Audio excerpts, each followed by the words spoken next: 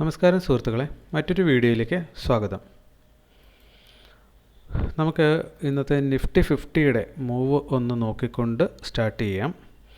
നമ്മൾ കഴിഞ്ഞ ദിവസം നിഫ്റ്റി 50യുടെ റെസിസ്റ്റൻസ് മാർക്ക് ചെയ്ത് വെച്ചത് നമുക്ക് ഇവിടെ കാണാം. ഫസ്റ്റ് ക്യാൻഡിൽ നമുക്കിവിടെ കാണാം. ആ റെസിസ്റ്റൻസിൻ്റെ തൊട്ടടുത്തുനിന്ന് സ്റ്റാർട്ട് ചെയ്തേക്കുന്നത്. ആ റെസിസ്റ്റൻസ് പോയിൻറ്റിനെ ഒന്ന് ബ്രേക്ക് ചെയ്തതിന് ശേഷം താഴോട്ട് ഫോളോ ചെയ്യുകയായിരുന്നു. സപ്പോർട്ട് ഏരിയ താഴത്തെ ഫസ്റ്റ് സപ്പോർട്ട് ഇവിടെയാണ് നമ്മൾ മാർക്ക് ചെയ്തിരുന്നത്. അത് പ്രീവിയസ് ഡേയിലെ നിഫ്റ്റി 50യിലെ ഒരു ഓർഡർ ബ്ലോക്ക് ആയിട്ടുള്ളൊരു പൊസിഷനാണ് നമ്മൾ മാർക്ക് ചെയ്തിരുന്നത്.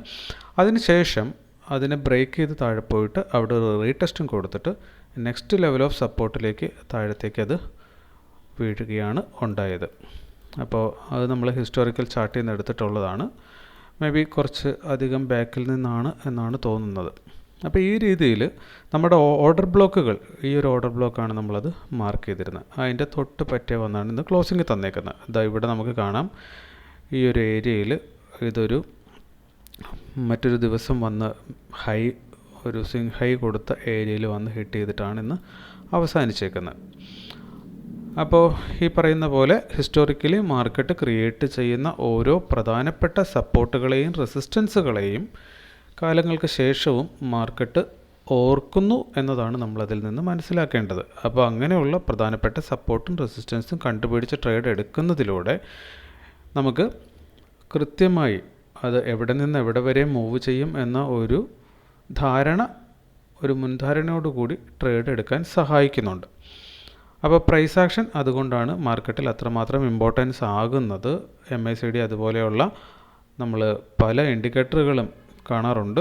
അതിനേക്കാളൊക്കെ ആക്യുറസി ഇതിന് കൂടാനുള്ളൊരു കാരണം ഇതാണ്. പിന്നെ ഇത് നമ്മൾ തന്നെ കണ്ട് മനസ്സിലാക്കി ആ ധാരണയുടെ പുറത്ത് ചെയ്യുന്നതാണ്. MACD ഒക്കെ എങ്ങനെ വർക്ക് ചെയ്യുന്നു എന്നുള്ളതൊന്നും ട്രേഡ് ചെയ്യുമ്പോൾ നമ്മൾ പ്രത്യേകിച്ച് അറിയേണ്ട കാര്യമില്ല. അതൊരു ഇൻഡിക്കേറ്റർ ആയതുകൊണ്ട് തന്നെ നമ്മുടെ തല ആ ലെവലിലേക്ക് വർക്ക് ചെയ്യുന്നില്ല എന്നൊരു കുഴപ്പവും അവിടെ ഉണ്ട്. അപ്പോൾ ഇന്നത്തെ നമ്മളുടെ സ്റ്റോക്കുകളിൽ അടയാളപ്പെടുത്തിയിരുന്നതിൽ ഓർഡർ ബ്ലോക്ക് ട്രേഡിംഗ് സ്ട്രാറ്റജി നമ്മൾ അപ്ലൈ ചെയ്താൽ അത് എങ്ങനെ വർക്ക് ചെയ്യും എന്നതിലേക്ക് നമുക്കൊന്ന് നോക്കാം. വിപ്രോയിൽ നോക്കിക്കഴിഞ്ഞാൽ നമുക്കിവിടെ കാണാൻ പറ്റുന്നുണ്ട്, ഇത് ഓപ്പൺ ചെയ്തേക്കുന്ന ഈ ഒരു പൊസിഷനിൽ നിന്ന് നല്ലൊരു ബുള്ളിഷ് മൂവ് കൊടുത്തു. അത് നമ്മൾ കഴിഞ്ഞ ദിവസം മാർക്ക് ചെയ്തിരുന്ന ഈ ഒരു ഹിസ്റ്റോറിക്കൽ ഇതൊരു ഡൗൺഫോൾ കൊടുത്ത ഈ ഒരു ഏരിയ നമ്മൾ ഓർഡർ ബ്ലോക്കായിട്ട് ഇവിടെ മാർക്ക് ചെയ്തു. ആ ഓർഡർ ബ്ലോക്കിൽ കൃത്യമായി വന്ന് ഫസ്റ്റ് മൂവ് മുകളിലേക്ക് വന്ന് ഹിറ്റ് ചെയ്തതിന് ശേഷമാണ് മാർക്കറ്റ് റിജക്റ്റ് ആയേക്കുന്നത്. നമ്മൾ പറഞ്ഞു, നമ്മൾ ട്രേഡ് ചെയ്യുന്നത് ട്രേഡ് വിത്ത് ട്രെൻഡല്ല നമ്മൾ ചെയ്യുന്നത്, ട്രെൻഡിന് എഗെയിൻസ്റ്റ് ആയിട്ടാണ് നമ്മൾ എല്ലായ്പ്പോഴും ട്രേഡ് എടുക്കുന്നത്. അതിൻ്റെ കാരണം ഇതാണ്. പഠനങ്ങൾ പറയുന്നതനുസരിച്ച് 54% ആണ് ട്രെൻഡ് ഫോളോ ചെയ്യുന്ന ട്രേഡിൽ നമുക്ക് വിജയസാധ്യത പറയുന്നത് എങ്കിൽ അതിനേക്കാളും ഒരു 20% കൂടുതൽ വിജയസാധ്യത റിവേഴ്സൽ ട്രേഡിംഗ്, ട്രെൻഡിന് എഗെയിൻസ്റ്റ് ട്രേഡ് ചെയ്യുന്നതിൽ കിട്ടുന്നു എന്നാണ് പഠനങ്ങൾ പറയുന്നത്. അപ്പോൾ അതുകൊണ്ട് തന്നെ നമ്മൾ ട്രെൻഡിന് എഗെയിൻസ്റ്റ് ആയിട്ടാണ് ട്രേഡ് ചെയ്യുന്നത്. നമുക്കറിയാം 40% വിൻ റേഷ്യോ നമുക്ക് കിട്ടുന്നുള്ളൂ എങ്കിൽ പോലും നമുക്ക് 1:2 റിസ്ക് റിവാർഡ് മെയിൻറ്റെയിൻ ചെയ്യുന്ന ഒരാളെ സംബന്ധിച്ചിടത്തോളം 40% വിൻ റേഷ്യോയിൽ നിന്ന് തന്നെ മികച്ച ലാഭം കണ്ടെത്താൻ സാധിക്കുന്നതാണ്. അപ്പോൾ നമ്മൾ റിവേഴ്സൽ ട്രേഡാണ് ചെയ്യുന്നതെങ്കിൽ അതിന് ബൈ ഡിഫോൾട്ട് 50% മുകളിൽ അല്ലെങ്കിൽ 72% വരെ അതിന് ആക്യുറസി പ്രഡിക്റ്റ് ചെയ്യുന്നത് കൊണ്ട്, പഠനങ്ങൾ പറയുന്നത് കൊണ്ട് തന്നെ അത് നമ്മൾ ഫോളോ ചെയ്താൽ നമുക്ക് വിജയസാധ്യത, വിൻ റേഷ്യോ കുറച്ച് കൂട്ടാൻ പറ്റും. അങ്ങനെയാണെങ്കിൽ റിസ്ക് റിവാർഡ് 1:2 ആയിരുന്നാൽ പോലും ഹ്യൂജ് റിട്ടേൺ ഉണ്ടാക്കാൻ പറ്റും എന്നതാണ് നമ്മളുടെ വിശ്വാസം. അതിന് എങ്ങനെയാണെന്നുള്ളത്, നമുക്കത് പറ്റുന്നുണ്ടോ ഇല്ലയോ എന്നുള്ളത് വരും കാലങ്ങളിൽ നമ്മളുടെ ഈ ചാനലിൽ നിന്ന് തന്നെ നിങ്ങൾ ഫോളോ ചെയ്ത് കഴിഞ്ഞാൽ നിങ്ങൾക്കത് നേരിട്ട് കണ്ട് മനസ്സിലാക്കാം. നമുക്കറിയില്ല, നമുക്ക് ടെസ്റ്റ് ചെയ്ത് നോക്കാം. അപ്പോൾ വിപ്രോയിൽ ഇന്ന് സംഭവിച്ചത് എന്താണെന്ന് വെച്ചാൽ, ഇവിടെ ഓപ്പൺ ചെയ്തതിന് ശേഷം മുകളിൽ വന്ന് നമ്മൾ കണ്ടുപിടിച്ചിരുന്ന ആ ഓർഡർ ബ്ലോക്കിൽ വന്ന് ഹിറ്റ് ചെയ്തു. അതിനുശേഷം മാർക്കറ്റ് താഴത്തേക്ക് ഫോളോ ചെയ്യുന്ന കാഴ്ചയാണ് നമ്മൾ കണ്ടത്. നമുക്കിവിടെ കാണാം 1.8% ആണ് നെക്സ്റ്റ് ലെവൽ ഓഫ് സപ്പോർട്ടിലേക്ക് മാർക്കറ്റിനുണ്ടായിരുന്നത്. ആ സപ്പോർട്ട് നമ്മൾ അടയാളപ്പെടുത്തിയിരിക്കുന്നത് ഈ ക്യാൻഡിൽ കണ്ടല്ലോ, ഈ ഓർഡർ ബ്ലോക്കിനെയാണ് നമ്മൾ അവിടെ എടുത്തിരിക്കുന്നത്. അപ്പോൾ അതിനെയും ബ്രേക്ക് ചെയ്ത് താഴത്തേക്ക് മാർക്കറ്റ് പോയതായിട്ട് കാണാം. ഇവിടെ ഞാൻ നിങ്ങളെ ഒരു കാര്യം കൂടെ നമുക്കൊന്ന് ചെക്ക് ചെയ്യാം. ഇത് മാർക്കറ്റിൻ്റെ ഈ രണ്ട് പ്രൈസ് ആക്ഷൻ പോയിൻറ്റുകളുടെ മധ്യഭാഗം കണ്ടുപിടിക്കാൻ വേണ്ടി നമുക്ക് ഈ ടൂൾ ഒന്ന് യൂസ് ചെയ്യാം. ഇവിടെ നമുക്ക് കാണാം, ഇതിപ്പോൾ മധ്യഭാഗം ഇതാണ്. നമ്മൾ പലപ്പോഴും പറഞ്ഞിട്ടുണ്ട്, ഒരു പ്രൈസ് ആക്ഷൻ പോയിൻറ്റിനെ ബ്രേക്ക് ചെയ്താൽ നെക്സ്റ്റ് പ്രൈസ് ആക്ഷൻ പോയിന്റിൽ പോയി ഹിറ്റ് ചെയ്യാം. ഇനി അവിടെ വരെ പോകുന്നില്ല എങ്കിൽ അതിൻ്റെ മധ്യഭാഗം വരെ പോയി ഹിറ്റ് ചെയ്യാം നമ്മൾ പറഞ്ഞിട്ടുണ്ട്. ഒപ്പം തന്നെ നമ്മളൊരു കാര്യം കൂടെ പറഞ്ഞിട്ടുണ്ട്. ഇനി ആ മധ്യ ലൈനിൽ പോയി ഹിറ്റ് ചെയ്യുന്നില്ല എങ്കിൽ പോലും അത് അതിൻ്റെ 0.25% വരെ അടുത്തെങ്കിലും മിനിമം എത്തുന്നുണ്ടാകും. അപ്പോൾ ഒരു എറർ ഗ്യാപ്പ് നമ്മൾ വെക്കുകയാണെങ്കിൽ ഒരു 0.25%ൻ്റെ ഗ്യാപ്പ് പറഞ്ഞിരുന്നു. അപ്പോൾ ഇവിടെ നോക്കിക്കഴിഞ്ഞാൽ 0.24% തൊട്ടടുത്ത് വരെ അതെത്തിയിട്ടുണ്ട്. സോ ദാറ്റ് ഈ ഒരു കാഴ്ച നമുക്ക് ഒരു 90% ഓഫ് ടൈമും മാർക്കറ്റിൽ കാണാൻ പറ്റുന്നുണ്ട് എന്നുള്ളതാണ്. ഓക്കെ, അപ്പോൾ ഇന്ന് ഈ ഒരു ട്രേഡ് എടുക്കുന്ന ആൾ, റിവേഴ്സൽ ട്രേഡ് എടുക്കുന്ന ആളെ സംബന്ധിച്ചിടത്തോളം 1:2 അല്ല 1:3 റിസ്ക് റിവാർഡ് ഇവിടുന്ന് ഇങ്ങോട്ടേക്ക് ആൾക്ക് കിട്ടും. അപ്പോൾ 1.8 എന്നിപ്പോൾ ഹൈ വരെ നോക്കുകയാണെങ്കിൽ നമുക്ക് കാണാം 2.5 ഉണ്ട്. ദാറ്റ് മീൻസ് 2 എന്ന് പറയുമ്പോൾ 4, 2% എന്ന് പറയുമ്പോൾ റിസ്ക് റിവാർഡ് 4 ആണ്. അതായത് 1:5 വരെ ഈ ട്രേഡ് അയാൾക്ക് കൊടുക്കുന്നുണ്ടാവും.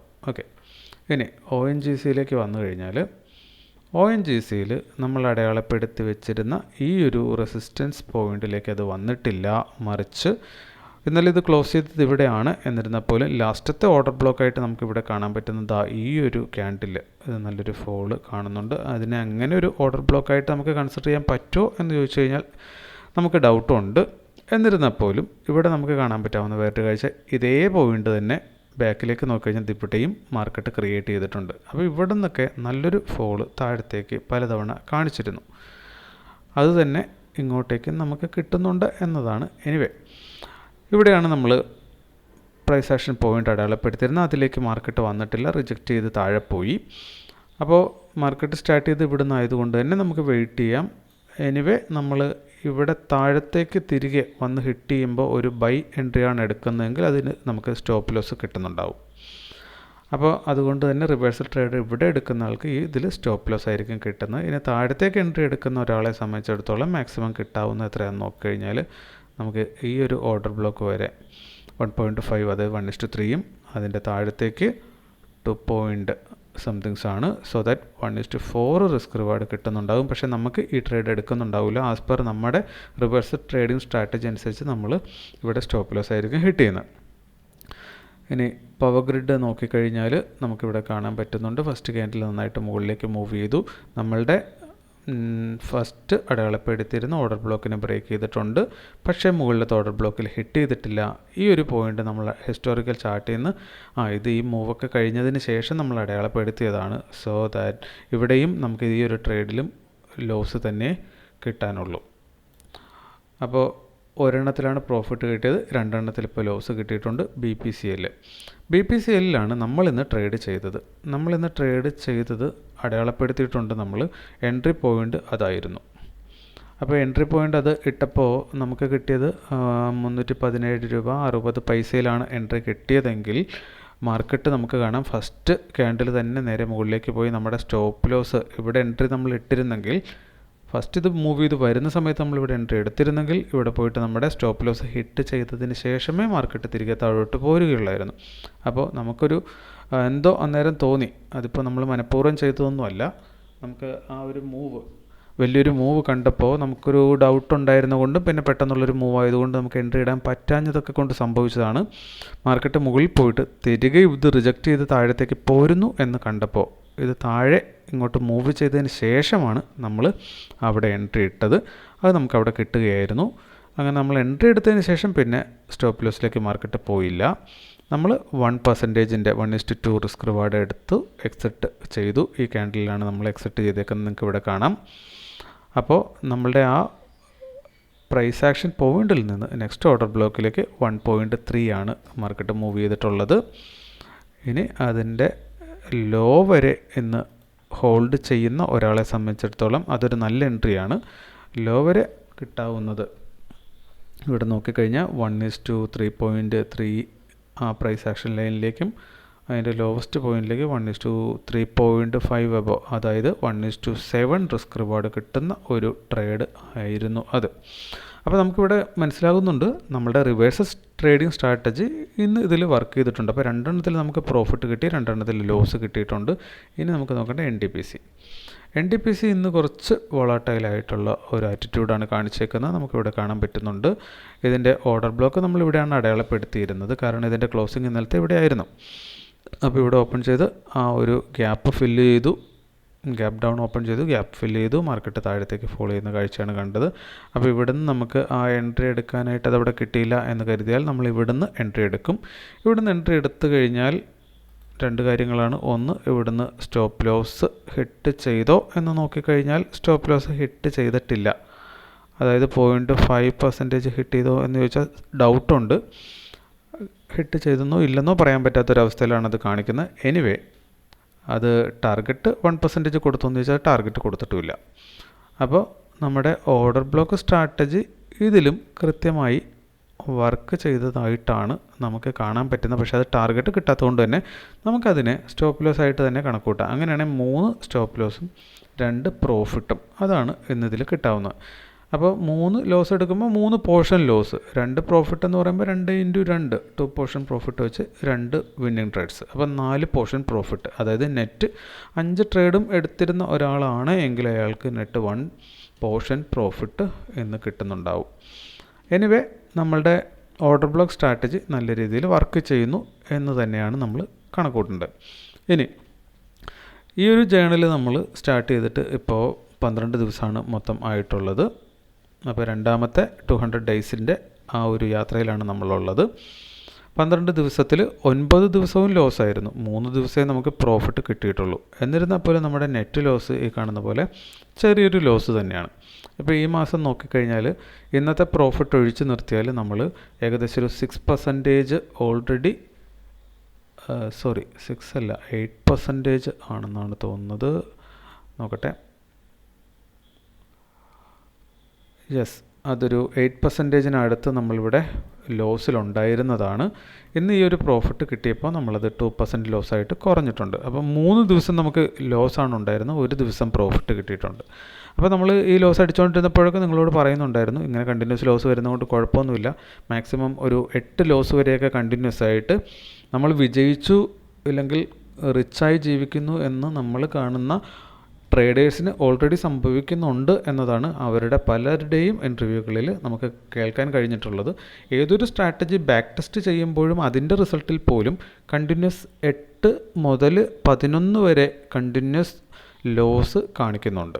അപ്പോൾ ഏത് സ്ട്രാറ്റജി നമ്മൾ ഉപയോഗിച്ചാലും നമുക്കും ഒരു 8 ലോസ് വരെയൊക്കെ കണ്ടിന്യൂസ് വരുന്നത് നോർമലാണ് എന്നതാണ് നമുക്ക് മനസ്സിലായേക്കുന്നത്. അപ്പോൾ നമുക്ക് മൊത്തം ലോസ് ഇതാണ്. ഈ മാസത്തെ ലോസ് 2% ആണ്. അപ്പോൾ ഈ മാസം നമുക്ക് നമ്മളിപ്പോൾ ട്രേഡ് ചെയ്തേക്കുന്ന 4 ദിവസമാണ്. അപ്പോൾ ഈ മാസം മാക്സിമം ട്രേഡ് എടുത്തുകൊണ്ട് നല്ലൊരു പ്രോഫിറ്റിലേക്ക് വരാൻ പറ്റും എന്ന പ്രതീക്ഷയിലാണ് നമ്മളുള്ളത്.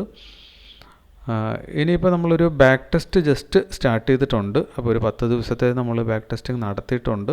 കോൾ ഇന്ത്യയിലാണ് അത് നടത്തിക്കൊണ്ടിരിക്കുന്നത്. അത് ഇതേ സ്ട്രാറ്റജിയാണ് നമ്മൾ ടെസ്റ്റ് ചെയ്തുകൊണ്ടിരിക്കുന്നത്.